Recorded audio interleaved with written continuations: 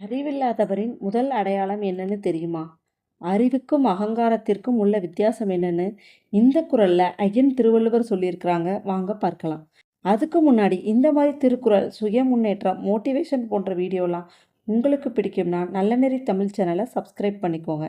நம்ம சேனலில் குறளின் குறள் செக்மெண்ட்டில் நாம் இன்னைக்கு பார்க்க போகிற குறள், வெண்மை எனப்படுவது யாதெனில் உண்மை உடையாம் என்னும் செருக்கு. இந்த குறள் இடம்பெற்றுள்ள அதிகாரம் 85வது அதிகாரமான புல்லறிவாண்மை. குறள் எண் 844. குறள் வெண்மை எனப்படுவது யாதெனில் உண்மை உடையாம் எனும் செருக்கு. பொருள்: ஒன்றும் அறியாதவன் என்பது எது என்றால் நான் அறிவுடையவன் என்று தனக்குத்தானே மதிக்கும் அகந்தையாகும். புல்லறிவாண்மை அப்படின்னா என்ன? புல்லறிவாண்மை அப்படிங்கிறது சிற்றறிவு அல்லது போலி அறிவு. அறியாமை, அதாவது ஒன்றுமே தெரியாதவங்க யாருன்னு இந்த அதிகாரத்தில் வள்ளுவர் சொல்லியிருக்கிறாங்க. உண்மையான அறிவுடையவங்க எப்போதும் தங்களுக்கு எல்லாம் தெரியும்னு சொல்லிக்கிட்டே இருக்க மாட்டாங்க.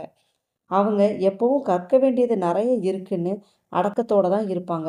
ஆனால் அறகுறையாக தெரிஞ்சுக்கிட்டவங்க, ஒரு அறகுறை அறிவு இருக்கிறவங்க தான் தனக்கு எல்லாமே தெரியும்னு பெருமை பேசிகிட்டு இருப்பாங்க.